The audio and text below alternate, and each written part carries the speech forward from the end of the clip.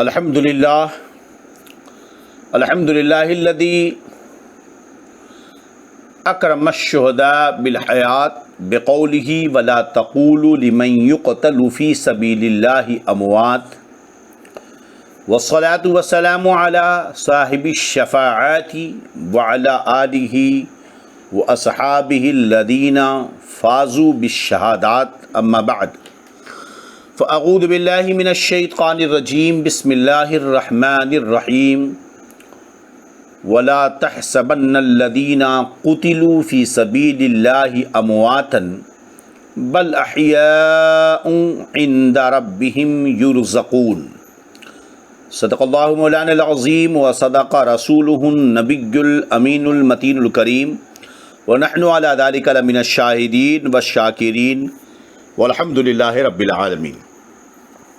محبان گرامی، رفیقان محترم، کچھ عرض و معروض سے قبل آئیے تمام اہتمام اور کمال محبت کے ساتھ اپنی اور ساری کائنات کے مرکز عقیدت، دونوں عالم کے آقا و مولا، رحمت للعالمین، شفیع المذنبین، طٰہٰ و یاسین ارواحنا فدا حضرت محمد مصطفیٰ صلی اللہ علیہ وسلم کی بارگاہ میں بلند آواز سے درود پاک پڑھ لیں۔ اللہم صلی علی سیدنا و مولانا محمد طب القلوب و دوائها و عافیۃ الابدان و شفائها و نور الابصار و ضیائها وعلی آلہ و صحبہ و بارک وسلم صلاۃ و سلاما علیک یا رسول اللہ صلی اللہ علیہ وسلم۔ اسلام تیری نبض نہ ڈوبے گی حشر تک، تیری رگوں میں خون ہے رواں چار یار کا۔ اسلام کی فطرت میں قدرت نے لچک دی ہے، تم جتنا دباؤ گے اتنا ہی یہ ابھرے گا۔ اسلام وہ پودا ہے، کاٹو تو سیوا ہوگا، کاٹو تو ہرا ہوگا، تم جتنا تراشو گے اتنا ہی سیوا ہوگا۔ شہادت آخری منزل ہے انسانی سعادت کی، وہ خوش قسمت ہے مل جائے جنہیں وہ خوش قسمت ہیں مل جائے جنہیں دولت شہادت کی۔ شہادت پا کے ہستی زندہ و جاوید ہوتی ہے، یہ رنگین شام صبح عید کی تمہید ہوتی ہے۔ محبان محترم، اسلام کے ماننے والوں کو مسلمان کہا جاتا ہے،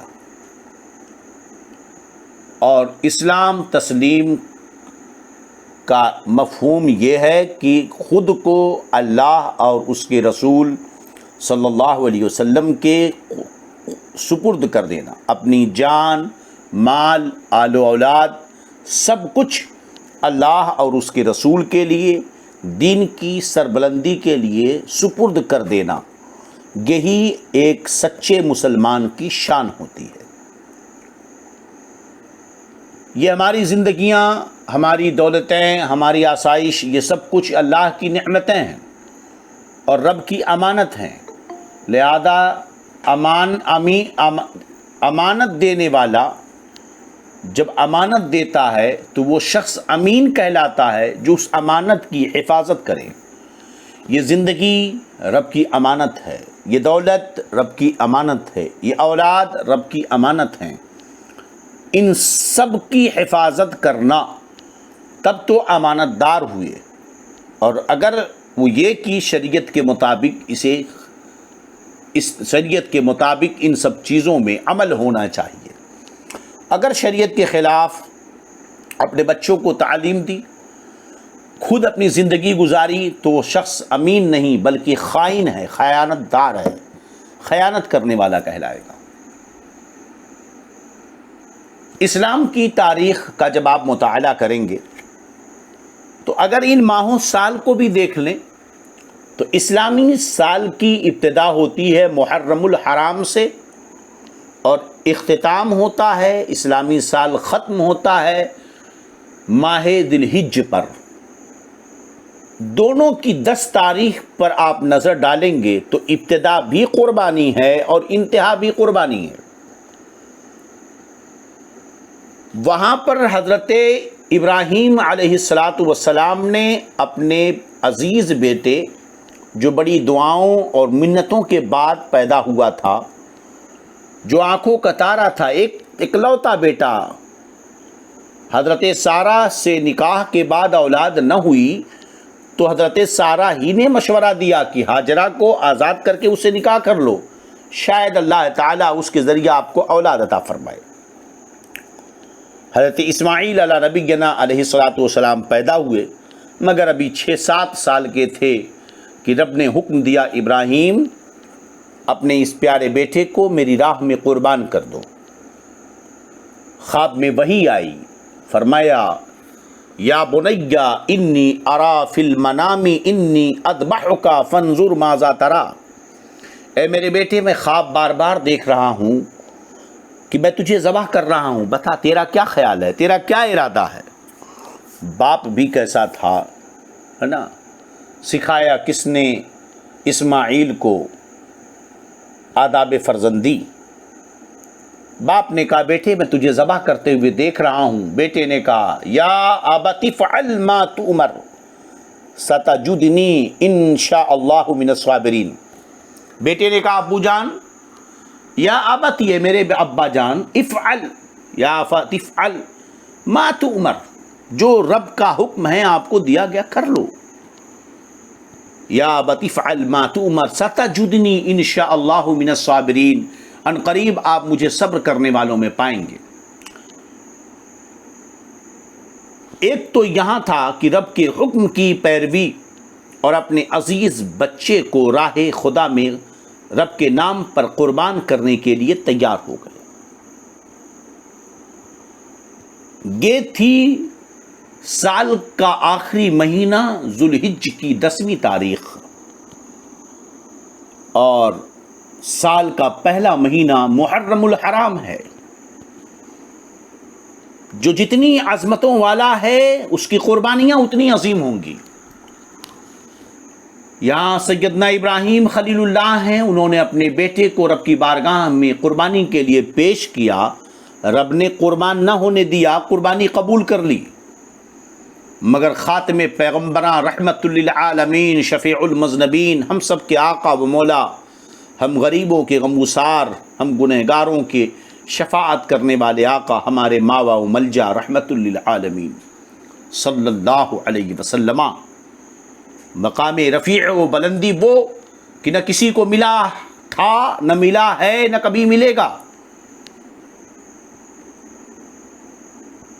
فرماتے ہیں اسی طرح راہ حق میں، تبلیغ دین میں، اللہ کے احکام کو بندوں تک پہنچانے میں جس طرح کی تکلیفات نبی کریم صلی اللہ علیہ وسلم نے دنیا میں برداشت کی، نہ کسی نے برداشت کی تھی، نہ کسی نے برداشت کیا ہے، اور نہ کبھی ایسا کوئی برداشت کرنے والا پیدا ہوگا۔ خود نبی اکرم صلی اللہ علیہ وسلم ارشاد فرماتے اوذیت فی اللہ ما لم یؤذ احد قبلی، مجھے اللہ کے راستے میں ایسی تکلیفیں پہنچائی گئیں کہ مجھ سے پہلے کسی کو نہیں پہنچائی گئیں۔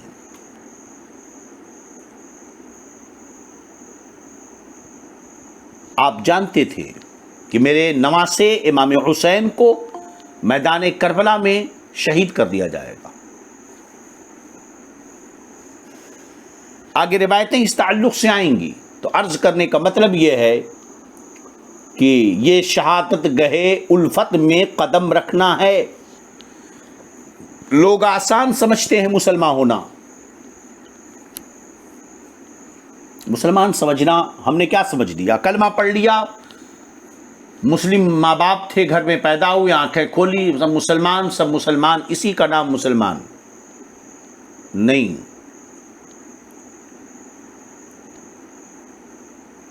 یہ شہادت گہے الفت میں قدم رکھنا ہے، لوگ آسان سمجھتے ہیں مسلمان ہونا۔ اسی لیے کہا جاتا ہے آج مغربی دنیا نے، اسلام دشمن طاقتوں نے ہر طرف سے حملہ کر کے ہمیں، ہماری اولادوں کو، ہمارے نوجوانوں کو، ہمارے گھروں کو، ہمارے سوسائٹی، ہمارے خاندانوں کو، ان کے ذہن اور شعور و فکر کو ایسی طرف پھیر دیا جہاں بچے نہیں، مرد پیدا نہیں ہو رہے ہیں، اسلام کی پاکیزہ خواتین نہیں پیدا ہو رہی، بلکہ اب کی مغربی دنیا اسلام دشمن طاقتیں ہماری اولاد کی جڑوں کو کھوکھلا کرنا چاہتی ہیں، انہیں پھیر دیا انہوں نے۔ اب یہ ناچنے گانے والے گویا ناچنیاں ناچنے والے پیدا ہو رہے ہیں، جو سیلفیاں لے کر کے فوٹو شاپ میں گھس کر اپنی تصویروں کو سجا دیتے ہیں۔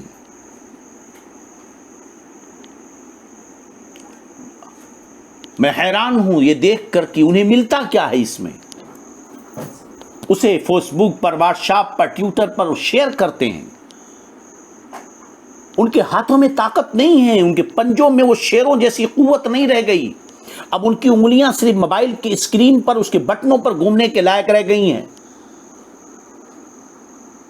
ان کے بازوؤں میں اب قوت نہیں رہ گئی، کھوکھلا کر دیا ہے۔ اس لیے کہ انسان جس سوسائٹی کو، جس ماحول کو، جس کلچر کو دیکھتا ہے، جو اسے تربیت اور تعلیم ملتی ہے، جو اپنے ارد گرد دیکھتا ہے، اسی سے سبق حاصل کرتا ہے۔ آج کا ماحول دیکھیں آپ، کروڑوں رحمتیں برکتیں ہوں اساتین امت، علماء کرام، محدثین و فقہا پر، اکابرین پر، جنہوں نے ہمارے وجود کی بقا کے لیے دن و رات محنتیں کی ہیں۔ مسلمان کے گھر میں پیدا ہوئے، ہم مسلمان ہو گئے، بس اتنا ہی ہے۔ گوشت کھا لیا، سو لیا، بس اتنا ہی ہے۔ ہمت و جواں مردی و جرأت اور اسلام کے لیے کسی حد تک کر گزرنے کا جذبہ آج کہاں ہے کسی کے اندر؟ سارے جوش، سارے جذبے ہمارے صرف اور صرف موبائل کی اسکرین تک رہ گئے ہیں۔ عملی میدان میں سوچو، جو قوم 5 وقت صرف مسجد میں حاضر ہو کر رب کے حضور سجدہ نہ کر سکے، کیا آج کی یہ قوم اپنے گردن کو کٹائے گی، اپنے اولاد کو قربان کرے گی؟ اسی کے لیے تو امام حسین نے اسی دین کی حفاظت کے لیے، کیا اذان نہیں دے رہے تھے یزیدی؟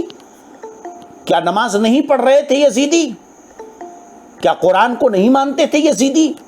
کیا ہمارے نبی کو آخری نبی نہیں مانتے تھے یزیدی؟ کیا نبی کا کلمہ وہ نہیں پڑھتے تھے؟ کیا وہ یزیدی مسجدوں کا احترام نہیں کرتے تھے؟ کیا ان کے چہروں پہ داڑیاں نہیں تھی؟ سب کچھ تھا، مگر اس کے باوجود معاملہ یہ تھا کہ وہ نماز روزے بھی کرتے تھے، جوا شراب بھی کھیلتے پیتے تھے، بے حیائیاں بھی کرتے تھے، ناچ گانے بھی سنتے تھے۔ امام حسین کو اتنا برداشت نہیں تھا کہ میرے نانا کے دین میں اتنی چیزیں بھی داخل کر دی جائیں، اس قدر بھی، اتنا بھی امام حسین کو قبول نہ تھا۔ آج کے شہزادوں کو، سادات کو بھی سبق حاصل کرنا چاہیے، اور اہل بیت اطہار کی محبت کا دم بھرنے والوں کو بھی سوچنا چاہیے۔ تو 10 تاریخ محرم کی جہاں قربانی دی گئی، ایک نہیں درجنوں قربانیاں دی گئیں۔ علی اکبر کو قربان کیا گیا، علی اصغر دودھ پیتے بچے کو قربان کیا گیا، قاسم کو قربان کیا گیا، گھر کی عورتوں کی چادریں چھینی گئیں، امام حسین کو قربان کیا، نے خود اپنے آپ کو قربان کیا، عباس علم بردار کو قربان کیا، قربان ہونا پڑا، ایک جانے نہیں۔ کیا نماز کی حفاظت کے لیے کہ نماز نہیں پڑھی جا رہی ہے؟ نہیں، نماز کی فرضیت کے منکر ہو گئے اس لیے نہیں، صرف اس لیے کہ نماز تو پڑھتے تھے مگر نمازیں چھوڑ دیتے تھے۔ شراب جوا عام تھا، بے حیائیاں تھیں، محرمات سے نکاح تک کی باتیں شروع ہو گئی تھیں، اتنی چیزیں وہ برداشت نہیں کر سکے۔ اساتین امت، اکابر علماء کرام، محدثین و فقہا، اسلاف نے، اب پڑھیں جب ان کی زندگی کو تو سمجھ میں آئے گا کہ ان لوگوں نے جیل میں جانے کو پسند تو کیا، مگر اسلامی قانون کے لیے، اسلامی قانون کو بدلنے کے لیے کسی بد مذہب کا، کسی منافق کا، کسی اسلام دشمن سے ہاتھ نہ ملایا، اپنی غیرتوں کا سودا نہیں کیا۔ انہیں زہر دے کر مارا گیا، کوڑے مارے گئے۔ اسی لیے ہمارے علماء نے گاہے بگاہے ان مجلسوں کو سجانے کا ایک رواج پیدا کیا۔ اللہ کی کروڑوں رحمتیں برکتیں ان کی قبروں پر نازل ہوں. اللہ ان کی خدمات کے مطابق ان کی خدمات دینیہ کا بہترین صلہ اپنے جوار رحمت میں عطا فرمائے. آج ہمارے بچے، ہماری بیٹیاں، ہماری بہنیں، ہمارے اولاد فلمی ہیرو کی ایکٹنگ کیوں کرتی ہیں؟ یہ کیوں کرتے ہیں؟ اگر اس میں سے کسی نے کوئی بال فیشن رکھا تو ہم بال کا فیشن شروع کرتے ہیں. اگر اس میں سے کوئی کپڑے کا پھٹی جنس پہن لیتا ہے تو دماغی مریض پیدا ہو گئے کہ پھٹی ہوئی جنس کو فیشن کہہ کے پہننا شروع کرتے. کیوں؟ اس لیے کہ ہم نے یہی کلچر دیا ہے، ہم نے وہی ماحول دیا ہے. وہ صبح سے شام تک یہی دیکھتے ہیں. اگر ہم صبح سے شام تک اپنے بچوں کو دین سکھاتے تو ہمارے بچے دین کے مطابق اپنی زندگی گزارتے. یہ جو یاد امام حسین، یاد شہدائے کربلا کی مجلسیں ہوتی ہیں، میلاد النبی کی مجلسیں قائم ہوتی ہیں، ذکر عظمت ابو بکر صدیق کی محفلیں ہوں، ذکر خلفائے اربعہ ہو، یا غوث آدم کی مجلسیں ہوں، امام احمد رضا کی یادیں ہوں، صحابہ کا تذکرے ہوں، میلاد النبی کی مجلسیں ہوں. کیوں یہ سجائی گئیں؟ اس لیے کہ یہ وہ عمل ہے جو اسلاف نے ہمیں دیا ہے، صحابہ و تابعین نے دیا ہے، کہ وہ اپنی مجلسوں میں یورپ کے گانے والوں کا ذکر نہیں کرتے تھے. وہ اپنے مجلسوں میں یورپ و برطانیہ کے تھیٹر کے واقعات نہیں سناتے تھے. ان کی مجلسیں ہوتی تھیں تو نبی کے تذکرے ہوتے تھے ان کی مجلسوں میں. فلم سٹی تو آج آئی ہے، تھیٹر بہت پہلے سے تھے، مگر صحابہ تابعین ان تھیٹروں کا تذکرہ نہیں کرتے تھے. اپنے نوجوانوں کو، اپنی اولادوں کو تھیٹروں کی طرف نہیں. حضرت سیدنا امام زین العابدین رضی اللہ عنہ شہزادے امام حسین فرماتے ہیں کہ ہم اپنی اولاد کو غزوات رسول نبی صلی اللہ علیہ وسلم کی جنگوں کا، جن جن جنگوں میں نبی کریم صلی اللہ علیہ وسلم تشریف لے گئے، جو کافروں سے جنگیں ہوئیں، ہم ایک ایک جنگ کو باقاعدہ اپنے بچوں کو سکھاتے تھے، انہیں یاد کراتے تھے. کما یعلم الصغر احدکم من القرآن، جیسے کہ تم میں کا کوئی اپنے بچے کو قرآن کی صورتیں رٹاتا ہے، ہم اسی طرح اپنے بچوں کو سیرت انبیاء سکھاتے تھے، نبی کے غزوات کی تعلیم دیتے تھے. آپ دیکھیں تاریخ آئے گا واقعہ، ہم اس پر گفتگو کریں گے. یاد رہے کہ انسان کو تو اسلامی سال کی بھی ابتدا ہوتی ہے قربانی سے، انتہا بھی ہوتی ہے قربانی سے. اسی لیے اقبال نے کہا تھا، جہاں میں اہل ایمان صورت خورشید جیتے ہیں، ادھر ڈوبے ادھر نکلے، ادھر ڈوبے ادھر نکلے. نور خدا ہے کفر کی حرکت پہ خندزن، پھوکوں سے یہ چراغ بجھایا نہ جائے گا. ستیزہ کار رہا ہے اصل سے تا امروز، چراغ مصطفی سے شرار بولہبی. حق و باطل کی جنگ ہمیشہ رہی، میں نے مگر اہل حق سینہ سپر ہو کر کے، سینہ تان کر ہمیشہ باطل کے مقابلے میں کھڑے رہے. اسی لیے کسی کی جرأت و ہمت نہ ہوتی تھی کہ اللہ رب العزت اور پیغمبر اسلام کے خلاف کوئی جملہ استعمال کر دے. کسی کی ہمت نہیں ہوتی تھی، کیونکہ وہ اپنی زبان لفاظیاں نہیں کرتے تھے، ایسا کر دیں گے ویسا کر دیں گے. جو بادل زیادہ گرجتے ہیں وہ برستے نہیں، وہ کر کے دکھاتے تھے، وہ کر کے دکھاتے تھے. کیونکہ انسان کو دیکھو، اسے بہت پیار ہوتا ہے اپنی دولت سے، کمانے سے، وہ بہت پیار ہوتا ہے اسے کمانے سے. سوچو ایک آدمی دولت کمانے کے لیے، کیونکہ زندگی جینے کے لیے دولت کی ضرورت ہے، دولت کمانے کے لیے اپنا گاؤں چھوڑتا ہے. اتر پردیش اور بہار سے لوگ کرناٹکا، ممبئی نہ جانے کہاں جاتے ہیں.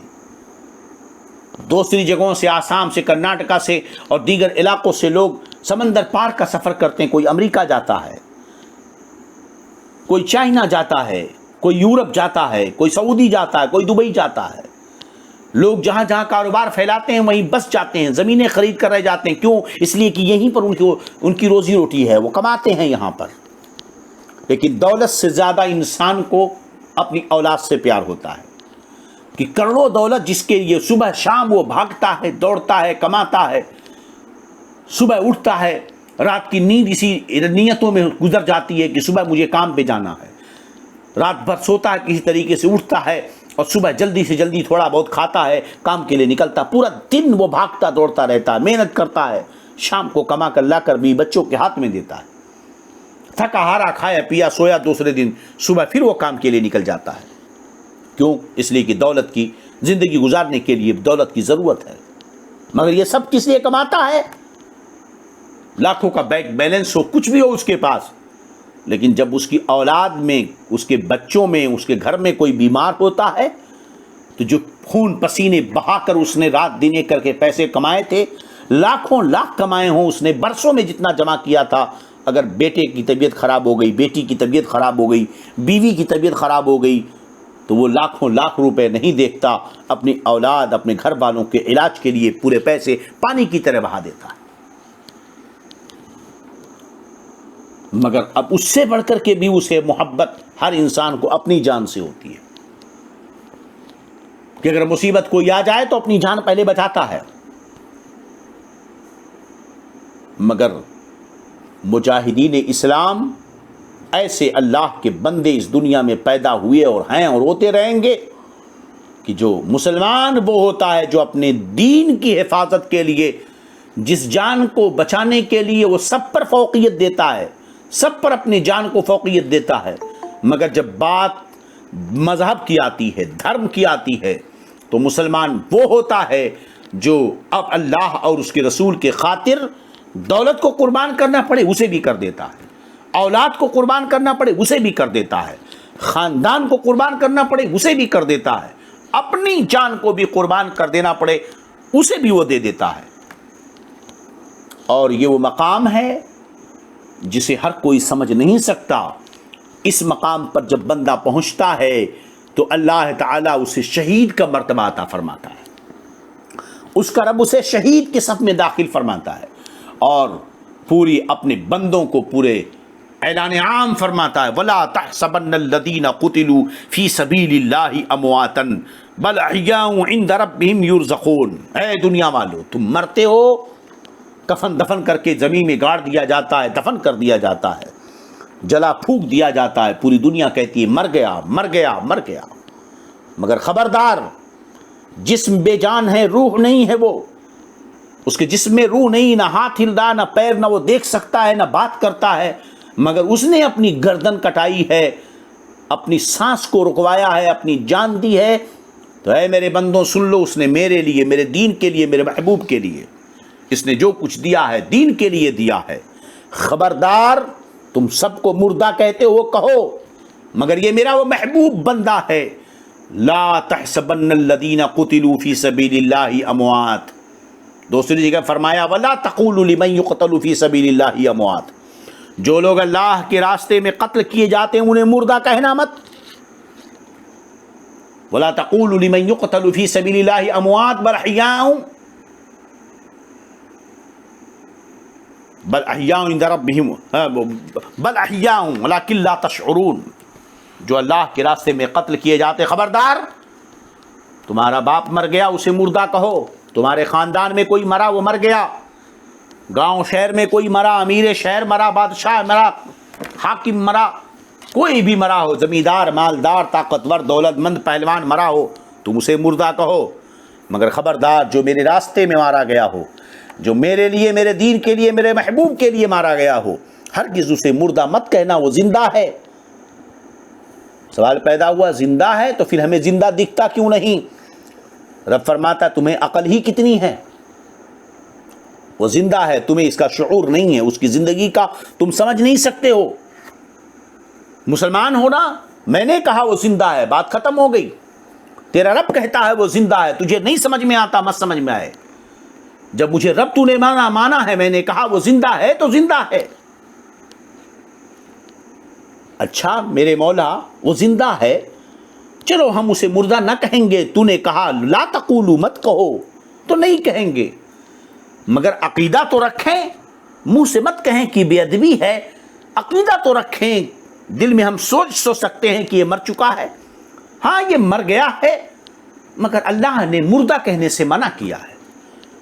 اعلان عام فرماتا رب قرآن مقدس میں، چوتھے پارہ سورہ 8 میں، 8ویں نمبر کی رکوع میں، پارہ چوتھا رکو نمبر 8 پر رب فرماتا ہے خبردار سوچنا بھی نہیں ولا تحسبن الذین قتلوا فی سبیل اللہ اموات، جو اللہ کے راستے میں قتل کیے جاتے ہیں نہ تم اسے مردہ کہو گے اور نہ مردہ سمجھو گے، نہ عقیدہ رکھو گے، بل احیاء عند ربہم یرزقون، بلکہ وہ اللہ کی بارگاہ میں زندہ ہیں اور وہاں سے انہیں رزق ملتا ہے۔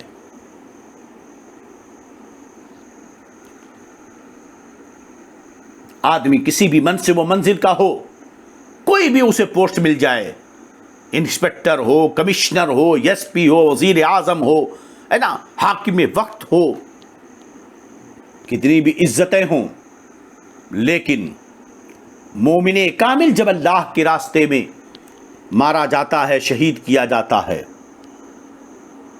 تو اللہ تبارک و تعالی اسے بڑا عظیم مرتبہ عطا فرماتا ہے۔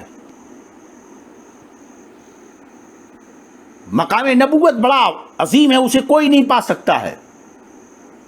ہمارے نبی کے بعد اب کوئی دوسرا نبی نہیں آ سکتا،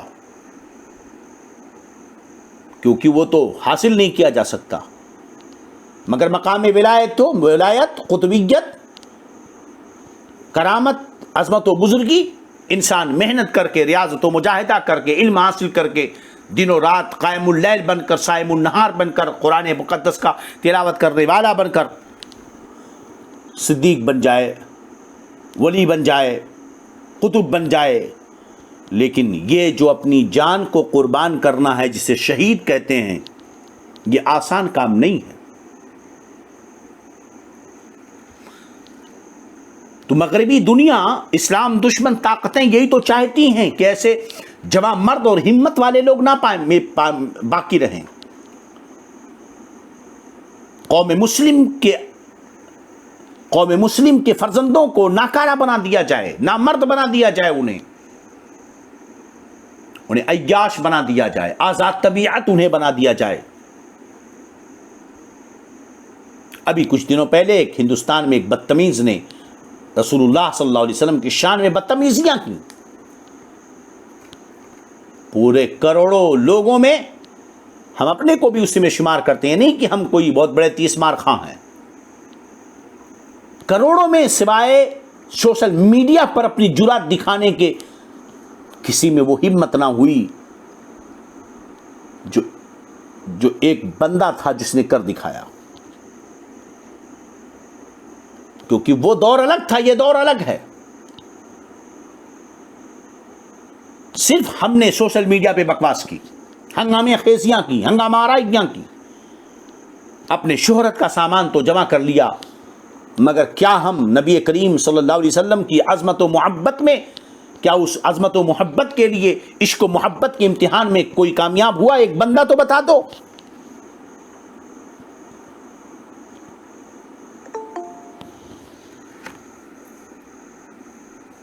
سوچو 1934 کا ایک واقعہ ہے جو بار بار آپ نے سنا ہوگا۔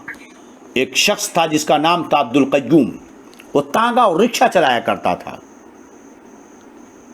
تانگا رکشہ چلا کر اپنے گھر کے اخراجات پورے کرتا، رات جھوپڑی میں بسر ہوتی، دن بھر گھوڑے کو ٹٹ ٹٹ کر کے بھگاتا رہتا، 2-4-10 روپے پورے شہر میں وہ کماتا رہتا تھا۔ گمنام شخص تھا، کوئی اسے نہیں جانتا تھا، کوئی اس کا مددگار نہیں تھا، کوئی اس کا دوست نہیں تھا، بس وہ تھا، اس کا گھوڑا تھا، اس کے گھر والے تھے، نام تھا عبد القیوم۔ عبد القیوم کو معلوم ہوا کہ ایک شخص نے اپنی کتاب میں نبی کریم صلی اللہ علیہ وسلم کی شان میں گستاخی و بے ادبی کی ہے، اس پر مقدمہ چل رہا ہے۔ اخبار میں اس نے پڑھا کہ آج کی تاریخ میں آج مقدمہ ہے اس کے اوپر۔ وہ اپنا تاگا چلاتے ہوئے کورٹ کے پاس پہنچا، کچہری کے پاس پہنچا، اپنی گاڑی کو کھڑا کیا اور اندر جا کر کے حاکم کے پاس پہنچا۔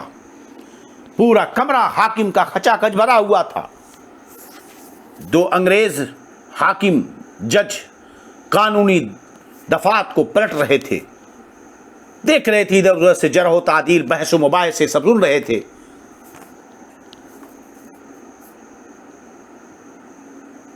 چنانچہ عبد القیوم آگے بڑھا خاموشی سے، اور اس نے جا کر جس شخص نے رسول اللہ صلی اللہ علیہ وسلم کی شان میں گستاخی کی تھی اپنے کتاب میں، عبد القیوم نے چاقو سے ایسا اس کی گردن پہ وار کیا کہ اس کی لاش تڑپ کر وہیں ٹھنڈی ہو گئی، وہ جہنم میں پہنچ گیا۔ اس کے بعد عبد القیوم نے کوئی ہنگامہ نہیں کیا، اپنے آپ کو اس نے سرنڈر کر دیا، پولیس کے حوالے کر دیا۔ یہی عبد القیوم جو جھوپڑی میں سوتا تھا، دن بھر ٹانگے چلاتا تھا، کوئی اسے پہچانتا نہ تھا، اجنبی تھا، تھوڑی دیر میں پورے شہر میں، پورے دنیا میں سارے مسلمانوں کی محبتوں کا مرکز بن گیا۔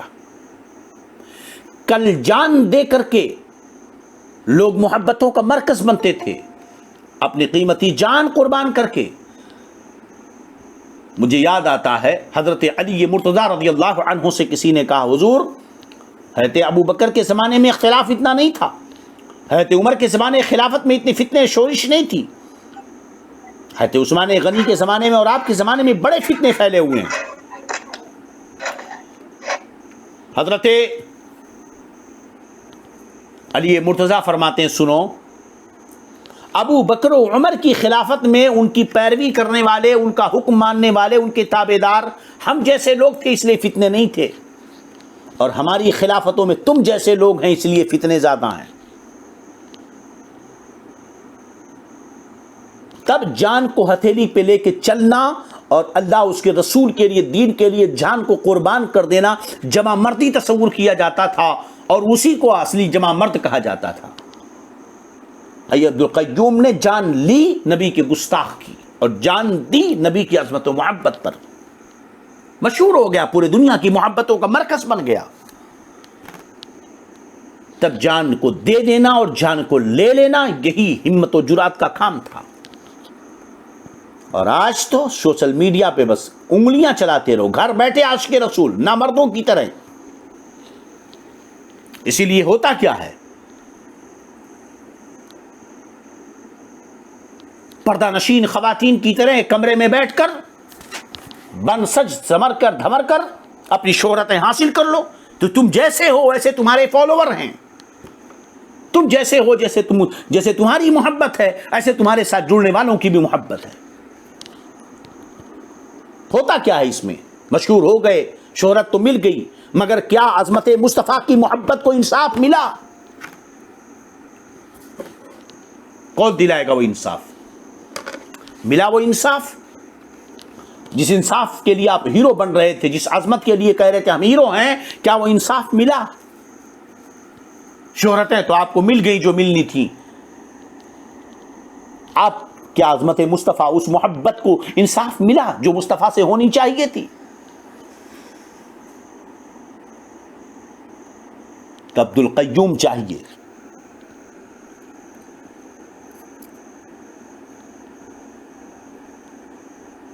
خیر، عبد القیوم مسلمانوں کی محبتوں کا مرکز بنا۔ وکیلوں نے ضمانت پر چھڑایا گیا، مقدمہ شروع ہوا، بڑے بڑے ماہر قانون، بڑے بڑے وکیل نے عبد القیوم کے مقدمے کی پیروی کرنی چاہیے۔ سنیے، اللہ اکبر، ہے 2 قدم چلنے کی بھی تاب نہیں ہے مجھ میں، عشق کھینچے لیے جاتا ہے، کیا میں جاتا ہوں؟ سب کہہ رہے تھے آپ مقدمہ ہم لڑیں گے بڑے بڑے، اور تمہیں کوئی پھانسی نہیں دلا سکتا، بس ایک کام کرو، ذرا سا بیان بدل دو اپنا، ہم تمہیں بچا لیں گے۔ لوگوں نے بہت کہا، بہت منتیں سماجتیں کی، مگر ارے مجرم ہو تب تو بدلے، مجرم ہو تب تو بدلے۔ عبد القیوم نے کہا، سن لو، جان بوجھ کر مرتبہ شہادت خریدا ہے میں نے، بیان بدل کر میں شہادت کی نعمت سے محروم نہیں ہونا چاہتا، میں اپنا اقبال بیان بدل کر اپنی عاقبت کو برباد نہیں کروں گا۔ جو میں نے کہا اقبالیہ بیان دیا ہے، یقیناً میں نے مارا ہے، گستاخی رسول کو مارا ہے۔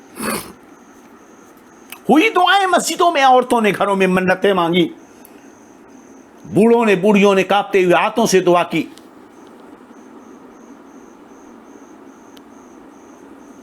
بہت ساری دعائیں کی گئیں، مگر عبد القیوم نے جو تمنا کی تھی وہ پوری ہوئی۔ موت کا حکم سنا دیا گیا، پھانسی دے دی گئی۔ اور جب عبد القیوم کا جنازہ اٹھا تو اس وقت، آج سے میں نے کون سا سن آپ کو بتایا، 1934، سوچئے کتنا لمبا زمانہ۔ اس دور میں جب جنازہ عبد القیوم کا اٹھا تھا تو 25 لاکھ سے زیادہ آدمی شریک ہوئے تھے۔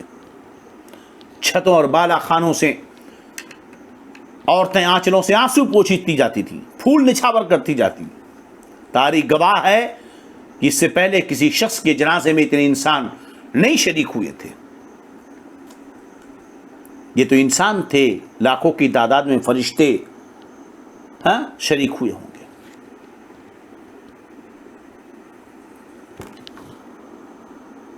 ایک ٹانگا چلانے والا، رکشہ چلانے والا، گھوڑا گاڑی چلانے والا شخص، غلامی کا زندگی گزارنے والا، آج تاریخ کا وہ ہیرو بنا ہوا ہے۔ آج تک اس کا تذکرہ کیا جاتا ہے اور صبح قیامت تک اس کا تذکرہ ہوتا رہے گا۔ یہ مرتبہ بلند، یہ رتبہ بلند ملا جس کو مل گیا، ہر شخص کے نصیب میں دار و رسن کہاں۔ سوچئے ایک چھوٹا سا بندہ، معمولی گھوڑے والا، تانگے والا، اگر اللہ کے راستے میں قربان ہو کر شہید ہو جائے اور لوگوں کے دلوں کی دھڑکن بن جائے، ہے تو میدان بدر میں شہید ہونے والوں کی شان کیا ہوگی، میدان احد میں شہید ہونے والوں کی شان کیا ہوگی، جنگ خندق میں شہید ہونے والوں کی شان کیا ہوگی، خیبر میں اپنی جان قربان کرنے والوں کی شان کیا ہوگی، میدان کرب و بلا میں امام حسین رضی اللہ تعالیٰ عنہ جو نبی کریم صلی اللہ علیہ وسلم کے نواسے ہیں، علی مرتضیٰ کے لخت جگر ہیں، فاطمۃ الزہرا کے نور نظر ہیں، جنہوں نے تمام عزیز و اقارب کو، جوان بیٹے علی اکبر کو، دودھ پیتے شہزادے علی اصغر کو قربان کر دیا، ان کی دردناک شہادت اپنی آنکھوں سے دیکھی، نظروں کے سامنے علی اکبر کا لاشا تڑپا، قاسم کی جوانی لوٹی، علی اصغر شیر خارگی میں گئے، بچے پیاس سے تڑپے، مگر ہمت نہیں ہاری امام حسین نے، راہ حق میں قربان ہو گئے۔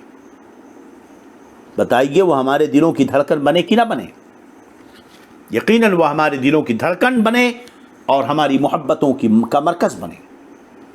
اسی لیے ہر سال جب تاریخ شہادت یعنی 10ویں محرم آتی ہے، چاند دکھتا ہے، ہر سنی مسلمان ان کی یادوں میں تڑپ جاتا ہے۔ یوں تو ان کی یادیں ہمیشہ رہتی ہیں، مگر اس خاص موقع پر ان کی یادیں دل کو تڑپا دیتی ہیں۔ ان کا تذکرہ اہل محبت سننے کے لیے کھڑے ہو جاتے ہیں، ان کے نام پر کھانا کھلانے، سبیلیں پکانے، کھچڑے چڑھانے کا کام شروع کر دیتے ہیں لوگ۔ یوں تو سنی ہر سال، ہر لمحہ، ہر دن کرتا ہے۔ الزام نہ لگایا جائے سنیوں پر کہ خالی بس محرم میں ہم کرتے ہیں۔ الحمدللہ سنی یاد حسین کی مجلسیں ہمیشہ سجاتا ہے اور قیامت تک یہ چلتا رہے گا یوں ہی ان کا چرچا رہے گا، پڑے خاک ہو جائیں جل جانے والے۔ آج کی گفتگو، بس اس گفتگو میں ہم آج انشاءاللہ کل آپ حضرات خود شریک ہوں، احباب کو بھی مطلع کر دیں۔ ہم اپنی کوشش پوری کریں گے بزرگوں کے کرم سے اور فضل سے، حضور تاج الشریعہ کے کرم فیضان روحانی سے، حضور محدث کبیر کی نظر عنایت سے، پیر و مرشد کے روحانی فیض سے، کہ ہم انشاءاللہ اس گہرائی کے ساتھ گفتگو کریں گے کہ کہیں اور سننے کو شاید میسر ہو۔ اور ہماری یہ عادت ہے کہ ہم گڑھی ہوئی لغو اور بیکار داستانیں، واقعات، قصے، کہانیاں نہیں سناتے جب تک کہ اس کا ہم قرآن و حدیث کی روشنی میں ان عظمتوں کا تذکرہ کریں گے، مستند و صحیح روایتوں سے بات کریں گے اور ایمان و عقیدے پر بھی روشنی ڈالتے جائیں گے۔ آج کی گفتگو کی یہ ابتدا تھی۔ انشاءاللہ ہر دن 10 بجے سے بلا تاخیر یہ درس شروع ہو جائے گا، یہ محفل یاد شہدائے کربلا شروع ہو جائے گی، 11 بجے تک انشاءاللہ چلے گی، اور 11 سے لے کر 11:30 تک اصلاح عقائد و اعمال کے تحت باہر شریعت سے مسائل اور اس کی وضاحت انشاءاللہ بیان کی جائے گی۔ تو آپ حضرات سے گزارش ہے کہ روزانہ آپ حضرات شریک ہوں۔ کل انشاءاللہ ہم شہید کے تعلق سے اس کے اقسام اور احکام، ان ساری چیزوں کو تفصیلاً آپ حضرات تک پیش کرنے کی کوشش کریں گے۔ آج کی گفتگو میں عمداً سہواً سبقتاً تیزی میں زبان کے کسی طریقے سے کوئی خطا و لغزش و غلطی ہوئی ہو، سبقت کے ہوئی ہو، تو رب تبارک و تعالیٰ کی بارگاہ میں فقیر قادری توبہ کرتا ہے۔ آپ حضرات گواہ رہیں، استغفر اللہ ربی من کل ذنب واتوب الیہ، اشہد ان لا الہ الا اللہ واشہد ان محمدا عبدہ ورسولہ۔ السلام وآخر دعوانا ان الحمد للہ رب العالمین۔ السلام علیکم ورحمۃ اللہ وبرکاتہ۔